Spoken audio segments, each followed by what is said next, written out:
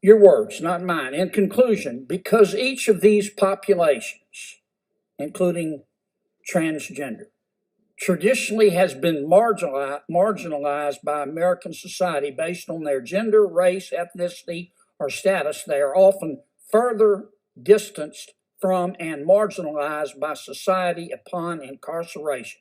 A recent president said you can fairly judge the character of a society by how it treats the weak, the vulnerable, the most easily forgotten.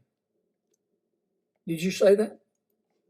That's what was written. Okay. Right. So yeah, Eumi K Lee, right? If that's true, right?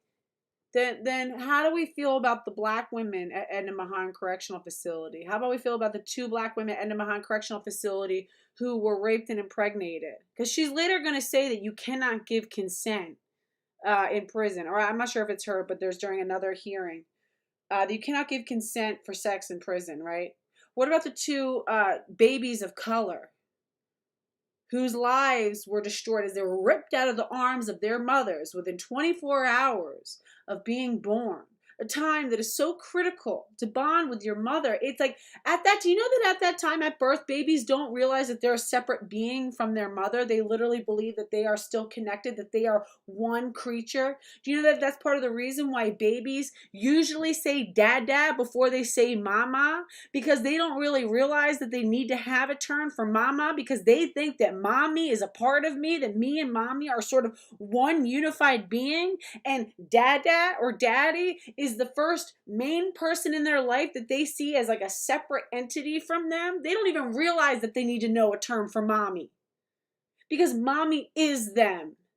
So to rip that baby out of the hands of its mother, that you created that situation with these sick and insane policies, an outcome that could no more perfectly illustrate and clarify why it is that we keep men and women segregated. And that's okay to you. You cannot pretend that you care about these minority populations, these vulnerable populations, and turn around and sit there and say, yeah, put these men in women's prisons. How dare you?